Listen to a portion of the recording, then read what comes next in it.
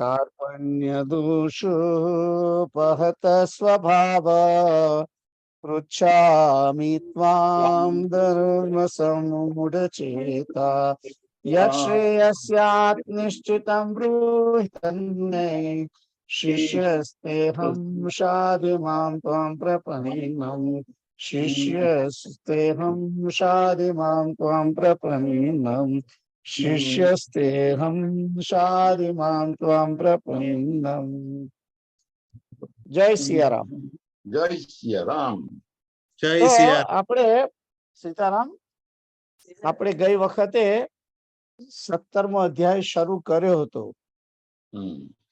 અને 17મા અધ્યાયમાં થોડાક શ્લોકો કર્યા હતા, બહુ નહોતા કર્યા કારણ કે બહુમતી બહુ પાતળી હતી. Means lot of people were not there, એટલે આગળ બહુ ઝડપમાં ગયા નહોતા. પણ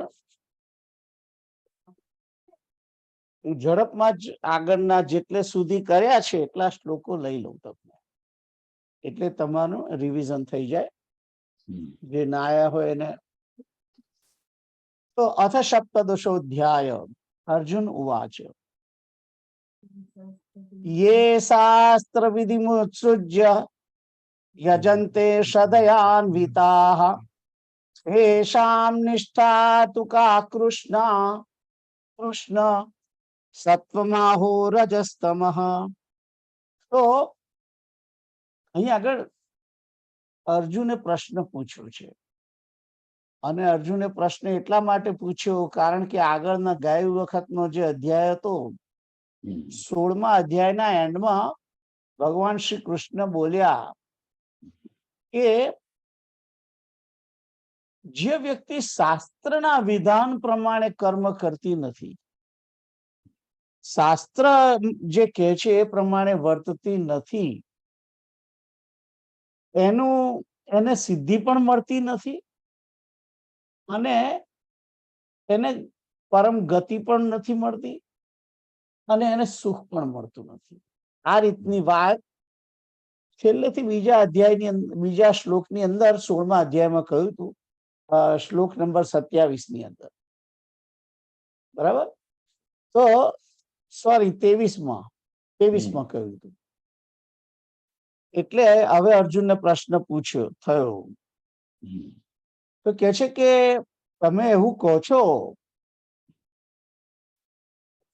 હવે પ્રશ્ન અર્જુન શું કરે છે, શું કહે છે એ પૂછે છે, હે કૃષ્ણ. કૃષ્ણ અહીંયા આગળ સંબોધન શબ્દ કર્યો છે ભગવાનને, અને કે છે કે યે એટલે કે જે શાસ્ત્ર વિધિ ઉત્સૃજ્ય, શાસ્ત્ર વિધિને છોડીને યજન કરે છે, પૂજન કરે છે, શાસ્ત્ર વિધિ છોડીને પૂજન કરે છે એમ કે છે. પણ કેવી રીતે કરે છે? શ્રદ્ધયાન્વિતા, શ્રદ્ધાથી જોડાઈને, શ્રદ્ધાથી યુક્ત થઈને જો પૂજન કરે છે તો તેષામ નિષ્ઠા, તો તેમની નિષ્ઠા ત્યારે કેવી છે, એ નિષ્ઠા કેવી છે, અને એ સાત્વિક નિષ્ઠા છે, રાજસી છે કે તામસી છે, એવો પ્રશ્ન કર્યો છે. અને જવાબમાં ભગવાન એમ કે છે, ત્રિવિધા ભવતી શ્રદ્ધા દેહિનામ સા સ્વભાવજા સાત્વિકી રાજસી ચૈવ તામસી ચેતિતા શૃણુ. તો અહીં આગળ એમ કે છે કે શ્રદ્ધા 3 પ્રકારની, ત્રિવિધા ભવતી, 3 પ્રકારની છે શ્રદ્ધા. દેહિનામ સા સ્વભાવજા, દેહિનામ એટલે કે મનુષ્યોની, સા એટલે તેમના, તેમના સ્વભાવજા, સ્વભાવ મુજબની છે શ્રદ્ધા. 3 પ્રકારની શ્રદ્ધા મનુષ્યોની હોય છે ને તે તેમના સ્વભાવ મુજબ હોય છે એમ કે છે. અને તે સાત્વિકી પણ હોય છે, રાજસી પણ હોય છે અને તામસી પણ હોય છે. એ તું મારી ચ ઇતિ કામ શું, તે તું મારી પાસેથી સાંભળ, તે તું સાંભળ એમ કે છે. એટલે અહીંયા આગળ આ શ્લોકમાં ભગવાને કહ્યું કે શ્રદ્ધા 3 પ્રકારની છે અને તે સ્વભાવ મુજબ હોય છે. ભગવાને એવો જવાબ ના આપ્યો કે પેલા શાસ્ત્રવિદ વગર જે કાર્ય કરે છે એમની શ્રદ્ધા કેવી છે એના વિશે હજુ નથી કહ્યું. પણ આગળ કે છે, જુઓ આગળ શું કે છે, સત્વાનુરૂપા સર્વસ્ય શ્રદ્ધા ભવતિ ભારત, શ્રદ્ધામયોયમ પુરુષો યો યત શ્રદ્ધસ એવ સ. અહીં આગળ ભારત શબ્દ અર્જુન માટે કહેવાયેલો છે. તો કે છે કે હે ભારત, હે અર્જુન, સર્વસ્ય એટલે કે સર્વ મનુષ્યોની શ્રદ્ધા, સર્વસ્ય શ્રદ્ધા કે છે કે સત્વાનુરૂપા. અહીંયા આગળ સત્વાનુરૂપાનો અર્થ અંતઃકરણની સ્થિતિ મુજબ એમ લેવાનો છે. સત્વાનુરૂપા એટલે કે તેમના અંતઃકરણને અનુરૂપ હોય છે. અહીં આગળ સત્વનો અર્થ છે અંતઃકરણ, અનુરૂપ, અંતઃકરણને અનુરૂપ હોય છે એમ કે છે. કે શ્રદ્ધામયોયમ પુરુષો યો યશ શ્રદ્ધા એવ સ, કે આ પુરુષ શ્રદ્ધામય છે એટલા માટે જે પુરુષ જેવી શ્રદ્ધા વાળો છે એવો જ એ પોતે પણ છે એમ કે છે. એટલે પુરુષ જેવી શ્રદ્ધા વાળો છે એ સ્વયં એવો જ છે એમ કે છે. હવે આગળનો જે શબ્દ જે છે શ્લોક ચોથો, એટલે અહીં હજુ ત્રીજામાં પણ બરાબર જવાબ આપ્યો નથી ભગવાને. ચોથામાં શું કે છે, યજંતે સાત્વિકા દેવાન યક્ષ રક્ષાંસી રાજસાહ પ્રેતાન ભૂતગણાંશ્ચાન્યે યજંતે તામસા જનાહ. તો કે છે કે યજંતે સાત્વિકા દેવાન, સાત્વિક પુરુષો દેવોને પૂજે છે. યક્ષ રક્ષાંસી રાજસા, રાજસ પુરુષો એ યક્ષોને અને રાક્ષસોને પૂજે છે, નું યજન કરે છે.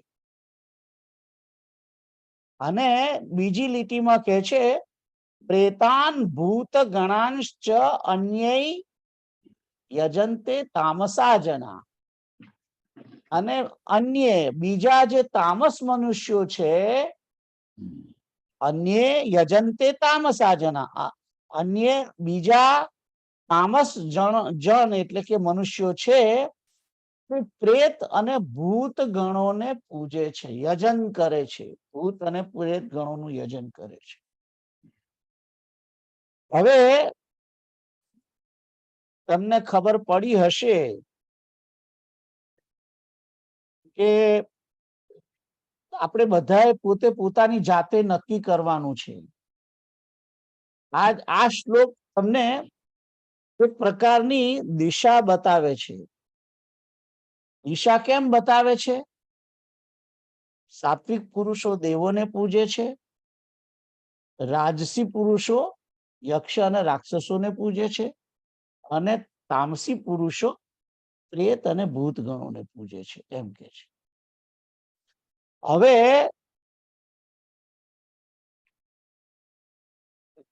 ક્વેશ્ચન છે દુર્ગેશભાઈને. દુર્ગેશભાઈ, દેવોને તો આ બધી શ્રદ્ધા જે છે 3 પ્રકારની, એના ઉપરથી તમે શું સમજ્યા?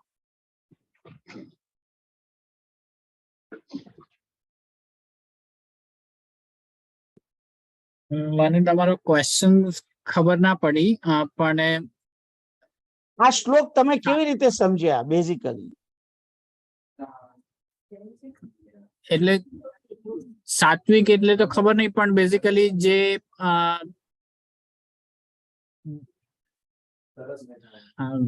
એક મિનિટ, હા, હું વિચારીને તમને કહું મારા થોટ્સ.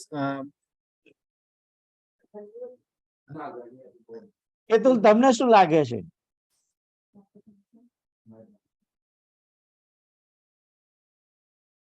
હા મને સોરી શું કે લાગે છે? જવું એ પહેલા પણ, એટલે જે મનથી સારા હોય એ લોકો દેવોને પૂજે છે, રાઈટ? જેમને થોડી લાલસા હોય, મે બી કદાચ એ લોકો દેવોને નહીં પણ એવા લોકોને પૂજે છે જેમને રાક્ષસ તો ના કહું, પણ એ કેટેગરીમાં કે એ લોકો જોડેથી એમને કંઈક અપેક્ષા છે, કદાચ બળ જોઈએ છે કે કદાચ પૈસા જોઈએ છે કે એવી રીતના. તમે પોતે કઈ કેટેગરીમાં છો? કોઈ માણસ કે હું બીજી કેટેગરીમાં છું, હું સાત્વિક પુરુષની કેટેગરીમાં છું. તો તમે કોને પૂજો છો? ભગવાનને, વિષ્ણુ ભગવાનને અને માતાજીને. પણ વિષ્ણુ ભગવાન દેવ છે? એ દેવોના દેવ છે, એટલે બેઝિકલી એ દેવ પણ નથી, એમનાથી ઉપર છે કેટેગરી. એ ભગવાન છે, પણ આપણે દેવોને પણ પૂજીએ છીએ, રાઈટ? એટલે હું એવું નથી કેતો હું ખાલી વિષ્ણુ ભગવાનને પૂજું છું. જો આ શ્લોકની અંદર પહેલું તો આ રીતે તમે જુઓ કે દેવો, યક્ષ, રાક્ષસો, પ્રેત અને ભૂતગણ આ બધા બ્રહ્માની પ્રજા છે. આ બધા કોની પ્રજા છે? બ્રહ્માની. બ્રહ્માની પ્રજા છે. એટલે બ્રહ્માએ જે પ્રજા ઉત્પન્ન કરી છે એ તો સાત્વિક રહેવાની, એ રાજસી રહેવાની અને તામસી પણ રહેવાની. દેવો સત્વગુણી છે, યક્ષ અને રાક્ષસો રજોગુણી છે, ભૂત ગણો અને પ્રેત એ તમોગુણી છે. પણ એટલે આ જે બધાને પૂજે છે, એટલે એક વસ્તુ પણ જે કૃષ્ણ છે, રામ છે, શિવ છે, એ ત્રણેય ગુણોની અંદર નથી. એ ત્રણેય ગુણોથી પર છે, ત્રિગુણાતીત છે, બરાબર? એટલે જે શ્રી કૃષ્ણને ભજે છે, નારાયણને ભજે છે, જે જગદંબાને ભજે છે, જે શિવને ભજે છે, એ નિર્ગુણ છે. એમની શ્રદ્ધા એ નિર્ગુણને ભજે છે. એમની શ્રદ્ધા નિર્ગુણ પ્રત્યે છે. આ જે બધા છે એ સત્વગુણ, રજોગુણ અને તમોગુણ, જે માયાની અંદર આ બધા છે. દેવો પણ માયાની અંદર છે, દેવો પણ બ્રહ્માની પ્રજા છે. બ્રહ્માજીએ એમને ઉત્પન્ન કર્યા છે. દેવો કોણ છે? અદિતિના પુત્રો, ભગવાન કશ્યપના પુત્રો, અને તમે પણ કશ્યપના જ પુત્ર છો. ખ્યાલ આવ્યો? એટલે અહીંયા આગળ જે શ્રદ્ધાની વાત કરી છે કે જે પુરુષ, સાત્વિક પુરુષ જે છે એ દેવરક્ષ, એટલે જે સત્વગુણી છે. અને કહેવા દો મને, આપણે આમ તો બધા ત્રણેય ગુણોની અંડરમાં જ છે આપણે બધા, પણ આપણે યજન કરીએ છીએ નિર્ગુણ, વિચ ઇઝ વેરી ગુડ.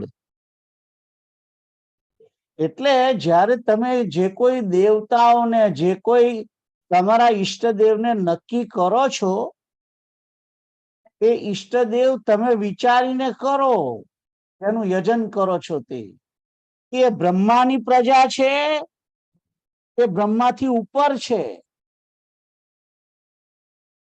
ખ્યાલ આવે છે?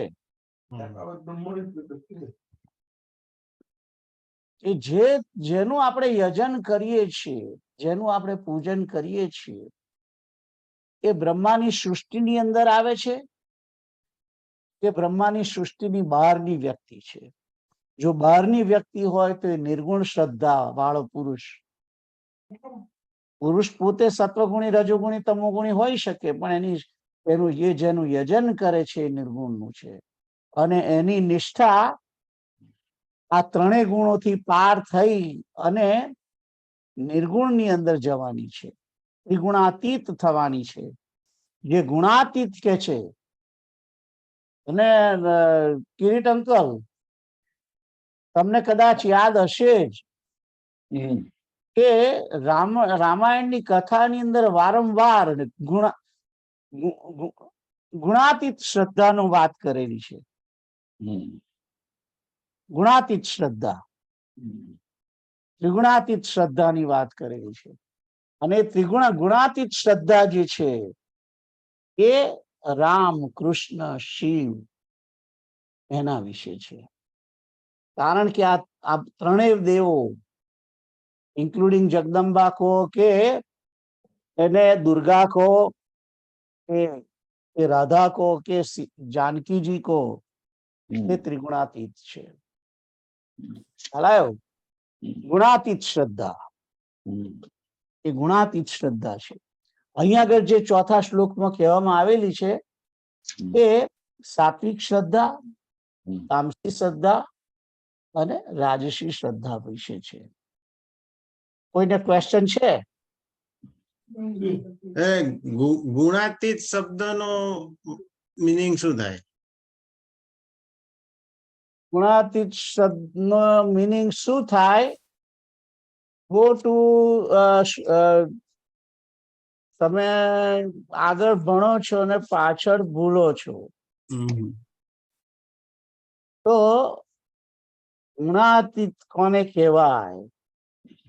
એક પ્રશ્ન છે તમારો. તો તમે જાઓ 14મા અધ્યાયમાં 20મા શ્લોકમાં જુઓ. 14મો અધ્યાય હતો, ગુણાતીતના લક્ષણો આયા હતા, તમે ભૂલી ગયા.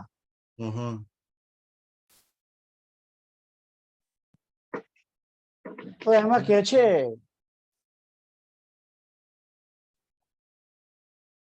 ગુણા 20 નંબરનો શ્લોક. હા, બસ.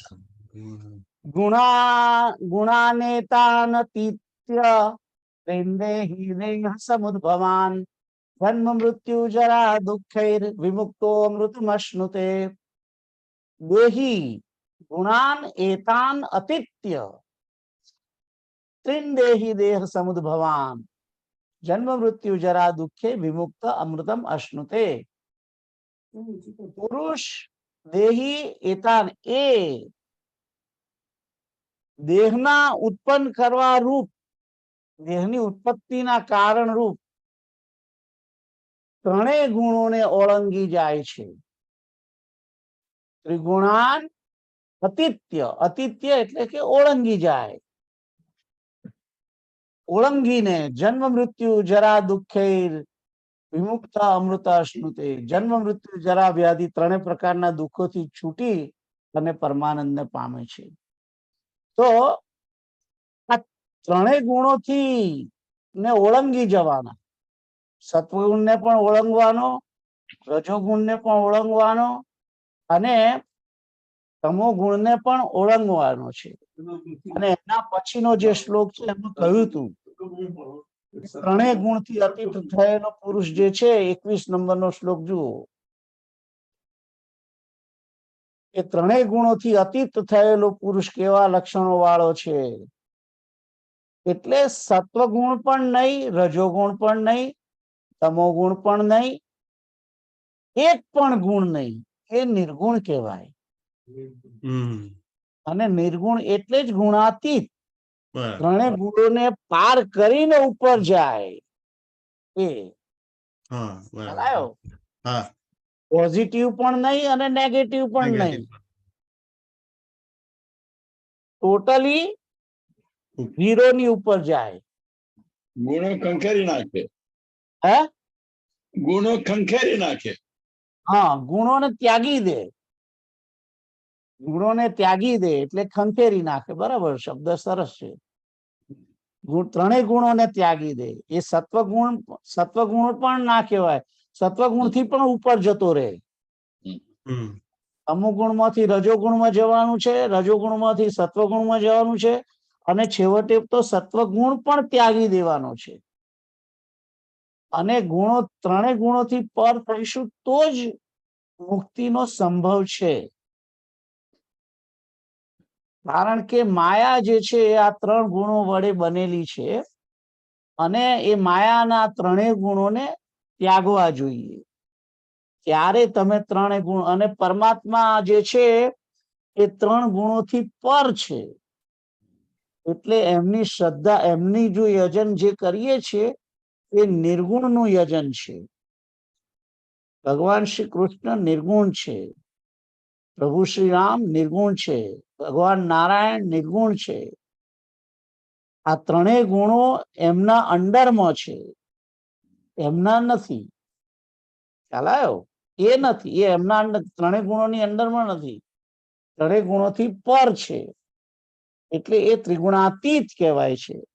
આઈ હોપ તમને ખબર પડી હશે. હવે હા ખ્યાલ આવ્યો કે હજુ વધારે સમજાવું? ના ખ્યાલ આવી ગયો. Okay, let's go back to number 16, અધ્યાય નંબર 16. હમ તો આપણે વાત ચાલતી હતી 17.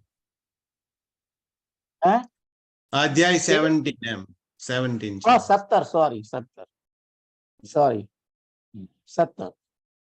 તો યજંતે સાત્વિકા દેવાન યક્ષ રક્ષાંસી રાજસા પ્રેતાન ભૂત ગણાંશ્ચૈન્ય ચાન્યે ચ અન્યે યજંતે તામસા જના. હવે જે પ્રશ્ન અર્જુનનો જે છે એ હવે આપે છે જવાબ, પણ થોડોક અડધો આપી દીધો. સાત્વિક છે કે રાજસ છે કે તામસ છે એ આ ચોથા શ્લોકમાં આપ્યો. અને શાસ્ત્ર વિહિત કર્મ કરે છે એનો જવાબ હવે 5મામાં આપે છે. અશાસ્ત્ર વિહિતમ ઘોરમ તપ્યન્તે યે તપો જનાઃ દંભાહંકાર સંયુક્તા કામરાગ બલાન્વિતાઃ. તો એ છે કે અશાસ્ત્ર વિહિતમ, શાસ્ત્ર વિહિત જે યે જનાહ, પેલું તો યે એટલે કે જે, જના એટલે કે મનુષ્યો, જે મનુષ્યો અશાસ્ત્ર વિહિત એટલે કે શાસ્ત્ર વિધિ વગર કેવલ મનોકલ્પિત, શાસ્ત્ર પ્રમાણે નહીં, પોતાને જેમ ફાવે મનમાં જે પોતે જે વિચાર્યું હોય એ પ્રમાણે, તપ્યન્તે એટલે કે તપે છે, ये तपो जना तप तपे છે, એવું તપે છે, ઘોર તપ તપે છે. કે છે કે અશાસ્ત્ર વિધિથી જે મનુષ્યો ઘોર તપને તપે છે તે કેવા છે? દંભાહંકાર સંયુક્તા, દંભ અને અહંકારથી યુક્ત છે.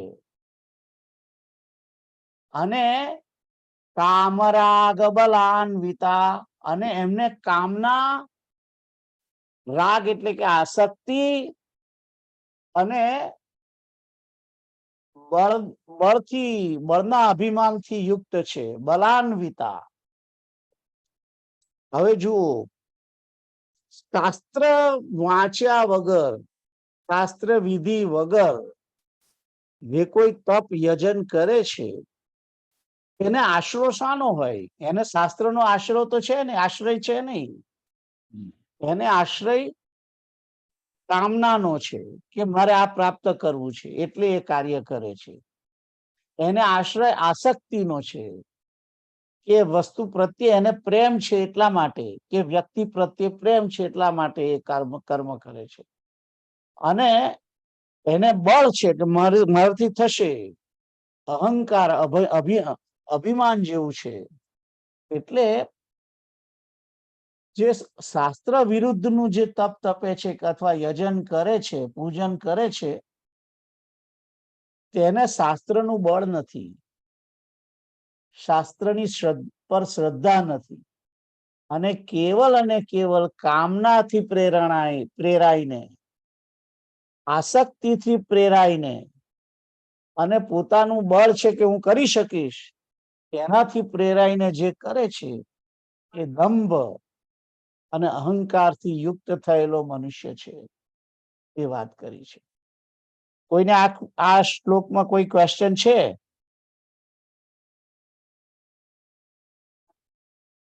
ના. ઓલરાઈટ, તો આગળનો શ્લોક વાંચો તમે કેતુલભાઈ. હા. कर्षयन्तः शरीरस्थं भूतग्राममचेतसः मां चैवान्तः शरीरस्थं तान् सुरनिश्यान् कर्षयन्तः शरीरस्थं भूतग्राममचेतसः मां चैवान्तः शरीरस्थं तान् विद्यासुरनिश्चयान्. તો અહીં આગળ સંધિ છૂટી પાડીને કર્ષયંતઃ શરીરસ્થમ ભૂતગ્રામમ અચેતસઃ મામ, અને પછી કહે છે કે મામ એવ અંત શરીરસ્થમ તાન વિદ્ધિ આસુર નિશ્ચયાન, તાન વિદ્ધિ આસુર નિશ્ચયાન. તો અહીં આગળ એમ કે છે કે શરીરસ્થમ એટલે કે શરીરમાં સ્થિત, ભૂતગ્રામમ, ભૂતગ્રામ એટલે કે આ શરીરની અંદર કયા ભૂત છે? ગ્રામમ એટલે સમૂહ, ભૂતગ્રામમ એટલે કે ભૂતોનો સમૂહ. કયા 5 ભૂતો? આકાશ, વાયુ, જળ, અગ્નિ, પૃથ્વી. રાઈટ, આ 5 મહાભૂતો એને ભૂતગ્રામ કે છે. ભૂતોનો સમૂહ, 5 ભૂતોનો સમૂહ. કે છે કે શરીરની અંદર સ્થિત થયેલા ભૂતના સમુદાયને અને અંતઃશરીરસ્થમ, અંતઃકરણમાં સ્થિત, અંતઃકરણમાં કોણ સ્થિત છે? મામ, અંતઃકરણમાં સ્થિત મને પણ, એવ મને પણ કર્ષયંતઃ એટલે કૃષ્ટ કરવા વાળા છે, મારું શોષણ કરે છે એમ કે છે. કારણ કે તમે ઘોર તપને તપો એટલે શરીરમાં જે શરીર જે છે એ સુકાય છે. રાઈટ, શરીર સુકાય ને, તમે તપ કરો, ખાઓ નહીં, પીવો નહીં, એ બધું કરો, એ ખાવું નહીં, પીવું નહીં, એ બધું શાસ્ત્રમાં લખ્યું જ નથી, એટલે અશાસ્ત્ર વિહિત કહેવાય એને. એકદમ તમારે ખાવાનું જ નહીં કશું, વર્ષ 6 મહિના સુધી, 10 મહિના સુધી, એને કહેવાય કે અશાસ્ત્ર વિહિત. હવે તમને એમ થશે કે અશાસ્ત્ર વિહિત કહો છો, પણ આ પાર્વતીજીએ તો વ્રત કર્યું હતું અને ધ્રુવજીએ પણ વ્રત કર્યું હતું. હા, એમણે પણ તપ કર્યું છે, પણ એ તપ શાસ્ત્ર વિધિ પૂર્વક કર્યું છે. તમે ભાગવતની અંદર જોજો તો તમને ખબર પડશે કે ધ્રુવ પહેલો મહિનો ખાલી પાંદડા ખાય છે રોજ. બીજા મહિનામાં દર 2 દિવસે કે 5 દિવસે પાંદડા ખાય છે. પછીના મહિનામાં દર 15 દિવસે એક વખત પાંદડા ખાય છે, એક જ દિવસ, એક વખત 15 દિવસે. પછી મહિના પછી એક વખત ખાય છે, પછીના મહિને પણ પાણી તો પીતા હતા, પછીના મહિને પાણીનો પણ ત્યાગ કર્યો છે, અને જ્યારે છઠ્ઠો મહિનો આવ્યો ત્યારે તો એમણે વાયુનો પણ ત્યાગ કર્યો, ત્યારે ભગવાન પ્રગટ થયા છે. એટલે ધ્રુવે જે તપ કર્યું છે તે તપ શાસ્ત્ર વિહિત છે. થોડું થોડું કરીને, ઓછું ઓછું કરીને, એકદમ એકદમ પહેલા દિવસથી જ ઉપવાસ શરૂ નથી કર્યા. ખ્યાલ આવ્યો? સ્લો બાય સ્લો ખ્યાલ આવ્યો?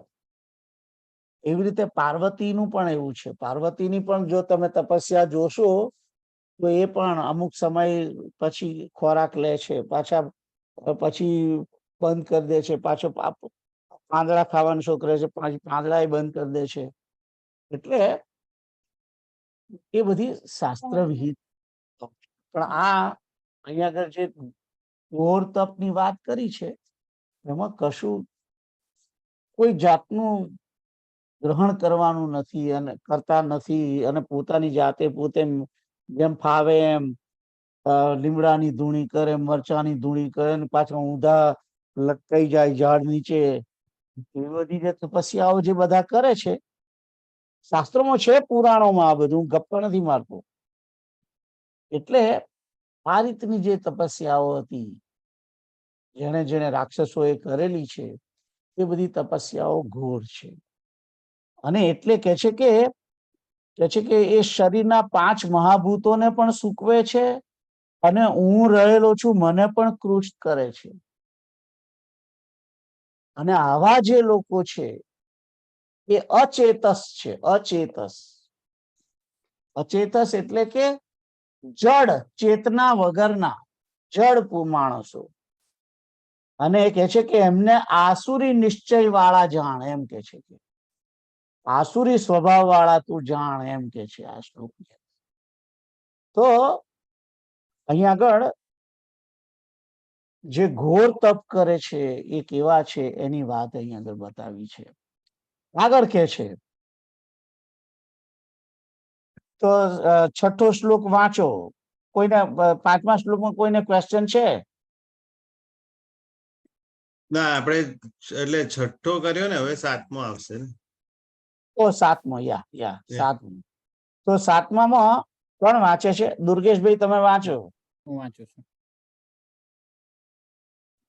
આહારસ્તુ અપી સર્વસ્ય ત્રિવિધો ભવતિ પ્રિય યજ્ઞશ તપस्तथा દાનમ દેશામ ભેદમ ઇમં શૃણુ. હા, આહારસ્ત્વપી સર્વસ્ય ત્રિવિધ ભવતિ પ્રિયઃ યજ્ઞસ્તપस्तथा દાનમ તેષાં ભેદમ કિમં શૃણુ. તો કે છે કે આહાર તું અપી આહારઃ તું અપી આહારસ્ત્વપી જે છે એમની અંદર 3 શબ્દો છે. આહારઃ, આહાર પછી 2 વિસર્ગના ટૂંકા છે, અને તું અપી આહાર તું અપી આહાર તું અપી એટલે કે આહારસ્ત્વપી એમ બોલાય છે ભેગું. અને પછી કે છે કે આ ભોજન પણ સર્વસ્ય સર્વને ત્રિવિધો ભવતી પ્રિય. ભોજન પણ સર્વને પોતાની પ્રકૃતિ અનુસાર 3 પ્રકારના પ્રિય હોય છે. ભવતી પ્રિય, 3 પ્રકારના પ્રિય હોય છે. યજ્ઞસ્તપस्तथा દાનમ તેષાં ભેદમિમં શૃણુ. અને એ જ પ્રમાણે યજ્ઞ, તપ અને તથા દાન, એના પણ તું ભેદ મારી પાસેથી તું સાંભળ. કે છે કે દરેક મનુષ્યોને પોતાની પ્રકૃતિની અનુસાર 3 પ્રકારના આહાર પ્રિય હોય છે. અને એવી રીતે યજ્ઞ પણ 3 પ્રકારના, તપ પણ 3 પ્રકારના, દાન પણ 3 પ્રકારના. એ વાત અહીં કહી છે. તો આમાં તો એટલું બહુ કઈ કશું કહ્યું નથી. હવે કયા કયા 3 પ્રકારના કેવા કેવા આહાર છે, કેવા કેવું કયું કેવા યજ્ઞ છે, કેવું તપ છે અને કેવું દાન છે, એના શ્લોકો આવશે. તો આ શ્લોકની તો સમજાય એવો જ છે. આગળ જઈએ. આયુ સત્વ બલ આરોગ્ય સુખ પ્રીતિ વિવર્ધના રસ્યા સ્નિગ્ધા સ્થિરા રુદ્યા આહારા સાત્વિકા પ્રિયા. તો અહીં કે છે કે આયુ, બુદ્ધિ, બળ, આયુ સત્વ, સત્વ એટલે બુદ્ધિ, બલ અને આરોગ્ય, સુખ, પ્રીતિ વિવર્ધના. કે છે કે આપણું આયુષ્ય વધારે, બુદ્ધિ વધારે, બળ વધારે, આરોગ્ય પણ વધારે, સુખ કરે અને પ્રીતિને વધારે એવા એવા જે આહારો છે, એવા આહાર કેવા હોય છે? રસ્યા, રસયુક્ત હોય છે. સ્નિગ્ધા એટલે કે ચીકણા હોય છે. સ્થિરાહ એટલે સ્થિર રહેવા વાળો, એટલે કે જે ભોજન તમે કરો છો એનો લાંબા સમય સુધી ટકી રહે શરીરની અંદર, એ સ્થિરાહ. અને હૃદયાહ એટલે કે સ્વભાવથી જ પ્રિય હોય, સ્વભાવથી જ ગમે એવા.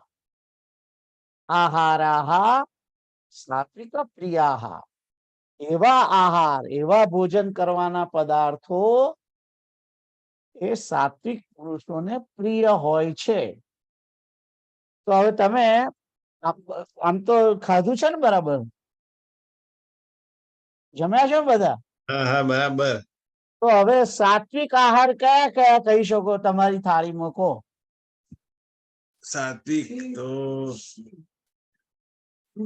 જીભને સારું લાગે તે ના હોય.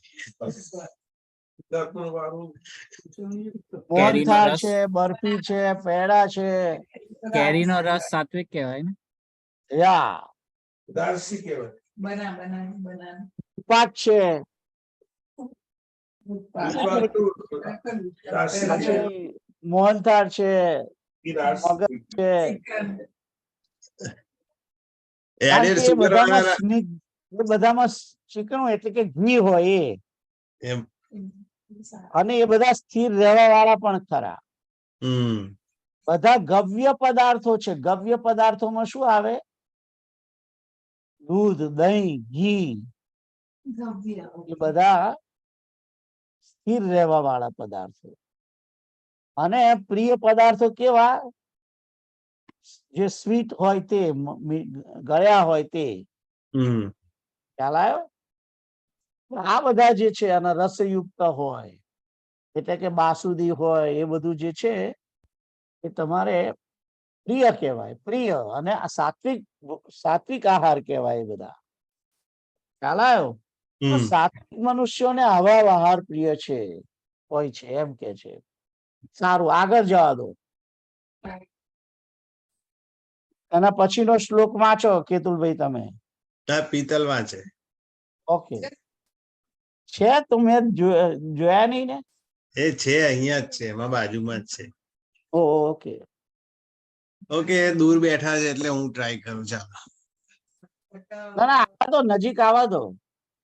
આ તો છે ને પેલો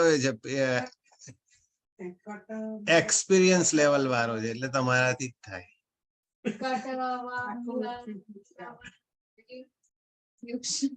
બિગિનર્સ માટે નથી આ શ્લોક. ઓકે. લવણાત્યુષ્ણ તીક્ષ્ણ વૃક્ષ વિદાહિનઃ આહારા રાજસસ્યેષ્ટા શોકામય પ્રદા. તો કે છે કે કટ, કટ એટલે કડવા, કટુ. વમ્લ, વમ્લ નથી એકચ્યુઅલી. એકચ્યુઅલી તો જે શ્લોક છે કટુ અમ્લ, કટવું અમનું. કટુ અને અમ્લ બે ભેગા થઈ કટ્વમ્લ થયું છે, કટ્વ થયું છે. ઓકે, તો કટુ અમ્લ, અમ્લ એટલે કે ખાટા, કડવા ખાટા, લવણા એટલે મીઠા વધારે સોલ્ટ વાળા, મીઠા વાળા, નમકીન, અત્યુષ્ણ, અતિ ઉષ્ણ એટલે બહુ ગરમ, ગરમ ગરમ એમ, તીક્ષ્ણ એટલે કે તીખા, વૃક્ષ એટલે કે રૂખા, વિદાહીન એટલે કે જે દાહ કરવા વાળા, જે મોઢામાં તમને લાઈ બળે એવા, દુઃખ શોકામય પ્રદા. આ બધા જે પદાર્થો છે કડવા, ખાટા, ખારા, અતિ ગરમ, તીખા, રૂખા, દાહ કરવા વાળા, એ બધા પદાર્થો કેવા છે? દુઃખ શોકામય પ્રદા. દુઃખ, શોક, શોક એટલે કે ચિંતા, શોકામય પ્રદા એટલે કે ચિંતા અને રોગને ઉપજાવનારા છે. ખ્યાલ આવ્યો? અને આહારાહા રાજસસ્ય ઈષ્ટા, આવા પદાર્થો જે ભોજન છે કરવાના પદાર્થો એ રાજસ પુરુષને પ્રિય હોય છે. એટલે કડવા તો તમને ખબર પડી જાય, લીમડાનું કરિયાતું હોય એ, રાઈટ, અથવા તો લીમડાના પાન હોય એ. અમ્લ એટલે ખાટા, લીંબુ બહુ હોય, તમે પીતા હો, અને ખાટું બહુ ખાવાનું બહુ ખાટું ખાતા હોય એ બધા, અને મીઠા બહુ મીઠું વધારે ખાતા હોય તે. અતિ તૃષ્ણ ગરમ ગરમ બહુ ખાતા હોય તે. તીખું એટલે મરચું બહુ નાખતા હોય એ. રૂખા, રૂખા એટલે કે જેને ખાવાથી તમને પેલું આમ જરાક મોઢામાં તમારે એ થાય, એને રૂખું એટલે કે દાખલા તરીકે મોળા ચણા, સૂકા મોળા ચણા તમે ખાઓ તો જલ્દી ઉતરે Dry. નહીં. ડ્રાય. હલાયો. અને વિદાહીન એટલે કાચું લસણ જે તમે ખાવ જીભ કેવી બળી જાય છે, એવા પદાર્થો. આ બધા પદાર્થો જે છે એ દુઃખ, શોક અને દુઃખ, ચિંતા અને રોગોને વધારનારા છે. અને એ આહાર રાજસ પુરુષોને પ્રિય હોય છે. ખ્યાલ આવ્યો? તો આ રાજસ પુરુષોને પ્રિય હોય છે એવા પદાર્થો. આગળ જઈએ. હવે બધા આપણા અમેરિકાના પદાર્થો આવે છે. જુઓ હવે તો કેતું તમે વાંચો. હા હા. યાતયામમ ગતરસમ, યાતયામમ ગતરસમ પૂતિ પર્યુષિતમ ચ યત ઉચ્છિષ્ટમપી ચામ્યેદમ, ઉચ્છિષ્ટમપી ચામેધ્યમ ભોજનમ તામસ પ્રિયમ. તો કે છે કે યાતયામમ, યાતયામમ એટલે કે અડધા પાકેલા, અધકચરું, પૂરું એને ચડવ્યું ના હોય તેવું, કાચું અડધું હોય, અડધું પાકું હોય એવું. ગત રસમ એનો રસ ગતો રહ્યો હોય તેવું. પૂતિ એટલે કે દુર્ગંધ વાળું. પર્યુષિતમ એટલે કે વાસી. ઉચ્છિષ્ટમ, ઉચ્છિષ્ટમ એટલે કે એઠું. અને ચ અમેધ્યમ, અમેધ્યમ એટલે કે અપવિત્ર પણ હોય. એ પદાર્થો જે છે તે ભોજન તામસ પુરુષોને પ્રિય હોય છે. હવે તમે વિચાર કરો કે જેને ઘેર જેટલા રેફ્રિજરેટર વધારે એટલું એને ઘેર તામસ ભોજન વધારે. હમ અમારા ઘરે 3 છે. ખ્યાલ આવ્યો? કારણ કે ફ્રીજ જેટલા વધારે હોય એટલી તમને વાસી જ મળે ને. બેઝિકલી તો તમને વાસી જ મળે ને. હમ એટલે શું કહ્યું? સોપરાઇટ નો રસ્તો તમને ખબર છે ને? સંભળાતું નથી. સોપરાઇટ નો રસ્તો ખબર છે ને એમ કે છે. બધું વાસી જ આવે છે. Don't worry. હવે તો આ તામસ પદાર્થોનું જ ચલણ થઈ ગયું છે. જુઓ, હમ રાઈટ? કારણ કે પેકેટ વાળા ફૂડ આ તે બધું જે છે એ બધું તામસી. પણ જે રીતે આ જીવન અહીંનું ચાલી રહ્યું છે અને જે રીતે દુનિયા ભાગી રહી છે એમાં તો પછી હવે આ જ મળવાનું છે. ખ્યાલ આવ્યો? એટલે આ તામસ ભોજન છે એમ કે છે. તો આગળ જે આ 3 શ્લોકો તો ઈઝી હતા, તમને બધાને ખબર પડી જશે, રાઈટ? કોઈને ક્વેશ્ચન થાય એવું હોય છે? ના, ક્વેશ્ચન નથી. સિમ્પલ જ છે ને. હા. સારું, એટલે અહીં આગળ 3 પ્રકારના આહારના 3 શ્લોક હતા. હવે યજ્ઞ વિશે કે છે. યજ્ઞ વિશે દુર્ગેશભાઈ તમે વાંચો, જરાક મોટેથી બોલજો, જાણે જમ્યા ના હોય એમ ધીમેથી બોલો છો તમે. પણ અમારું જમવાનું બાકી જ છે હજુ. હા, એટલે અફલાકાક્ષ યજ્ઞો વિધિ દ્રષ્ટો યુજ્યતે યષ્ટવ્યમ એવ ઇતિ મન સમાધાય સાત્વિક. ધીમે ધીમે સંસ્કૃત ઉપરથી તમારો આબુ થોડો ઓછો થયો લાગે છે. હોઈ શકે છે, બહુ દિવસથી એટેન્ડ નથી કર્યો. ના, એટલે એટેન્ડ નહીં, પણ તમે ભગવત ગીતા પહેલા તો સરસ બોલતા હતા. કઈ વાંધો નહીં, યુ ટ્રાય. તમે થોડું વધારે રીડિંગ રાખો. ચોક્કસ. કારણ કે આજે બધા નતા બરાબર બોલતા, એ બધા હવે સારા બોલતા થઈ ગયા છે. ફલાકાંક્ષી ભીર્યજ્ઞો વિધિ દ્રષ્ટો યુજ્યતે યષ્ટવ્યમેવેતિ મનઃ સમાધાય સાત્વિક.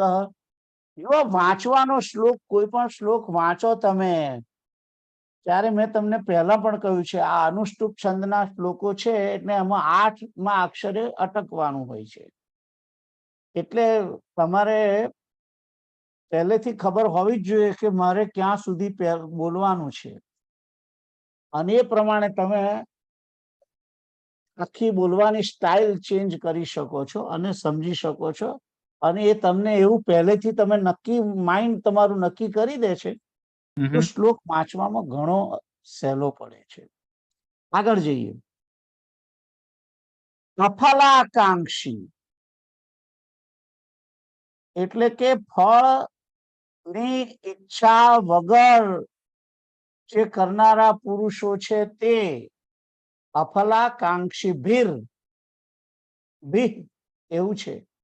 એટલે કે ફળ ન ચાહનાર પુરુષો વડે યજ્ઞો, ભીર સુધી તો આવી ગયું. અફલાકાંક્ષી એટલે કે ફળ ની ઈચ્છા ના કરનાર વ્યક્તિઓ વડે, એમ એવો અર્થ છે.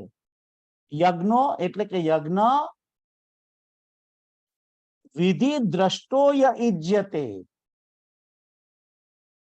વિધિ દ્રષ્ટ એટલે કે વિધિ જે બતાવી છે, શાસ્ત્ર વિધિ જે બતાવી, નિયત કરેલી છે તે પ્રમાણે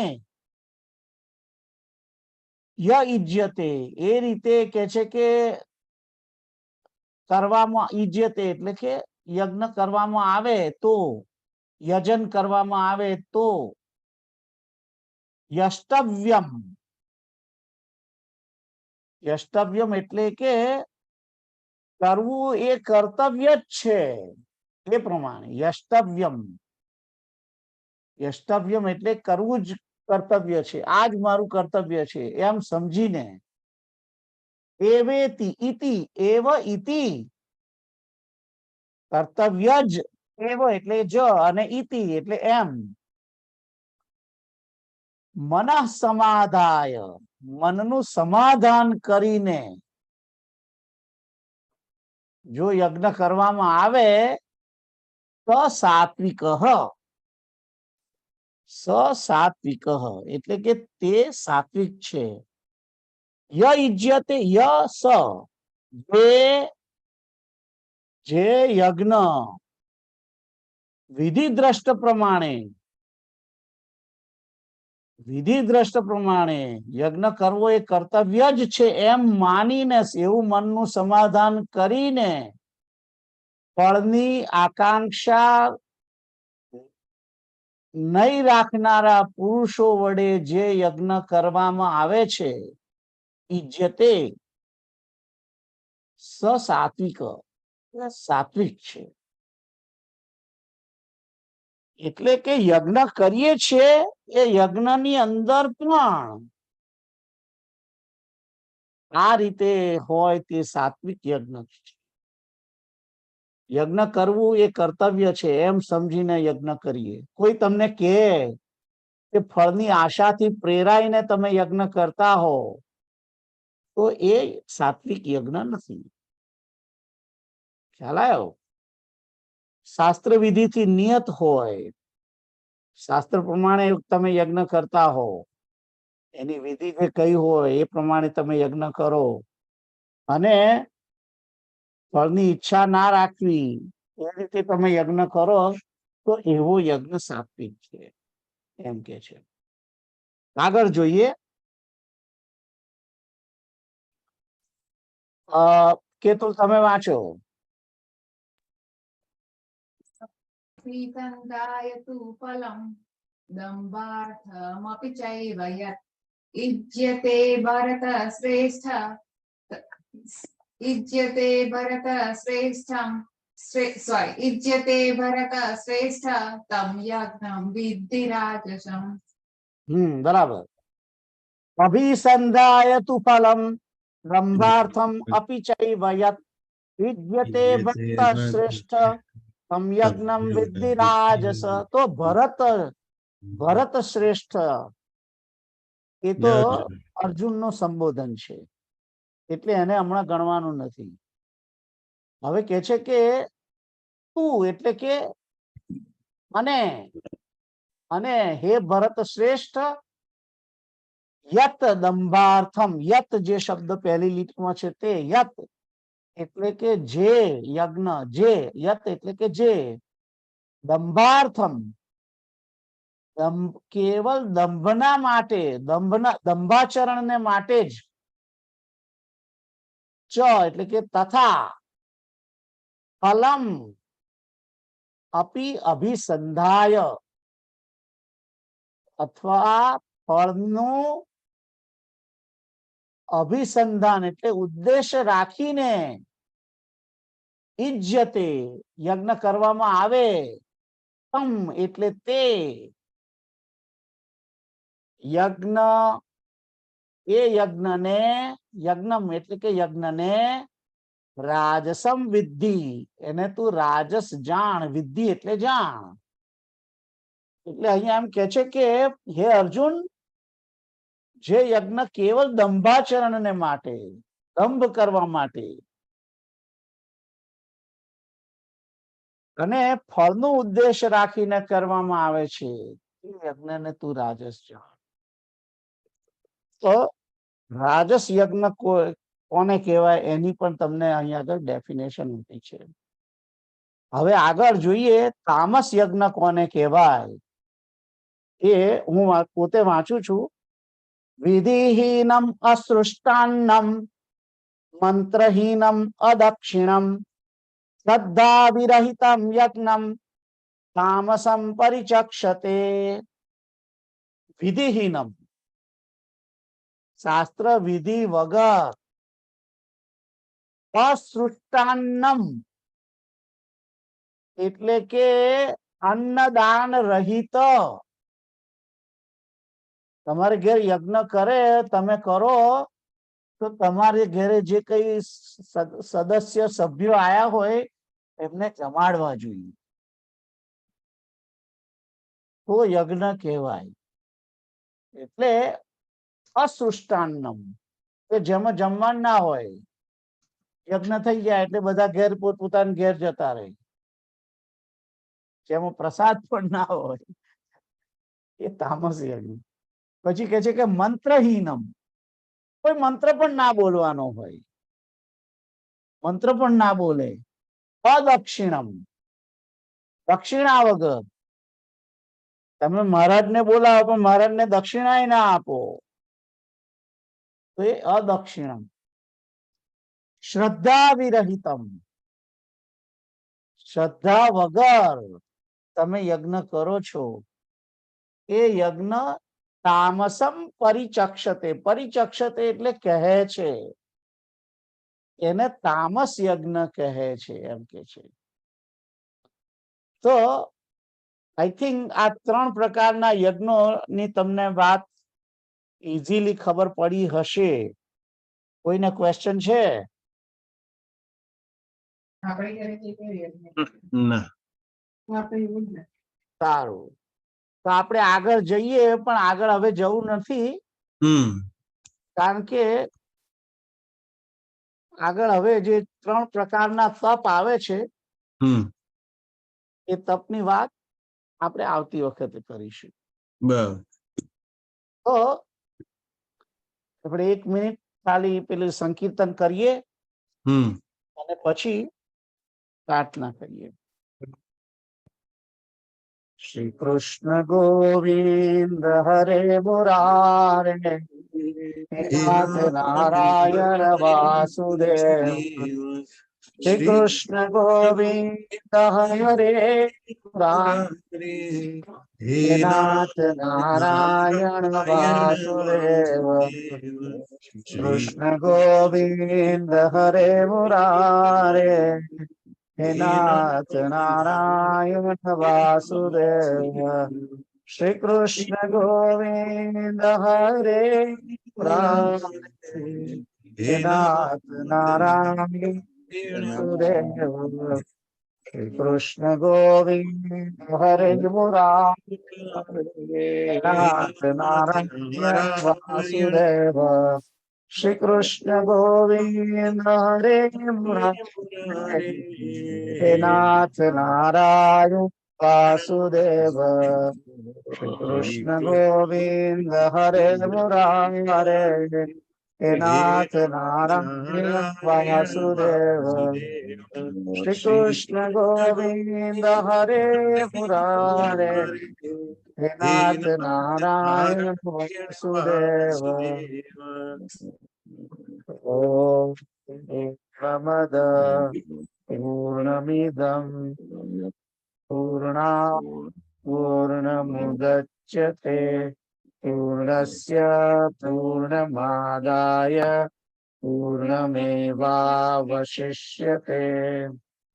સર્વે ભવन्तુ સુખિનઃ, સર્વે સन्तુ નિરામયા, સર્વે ભદ્રાણિ પશ્યन्तુ,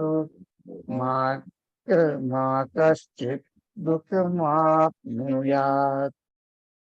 ઓમ તત્સત. ઓમ તત્સત. ઓમ તત્સત. ઓમ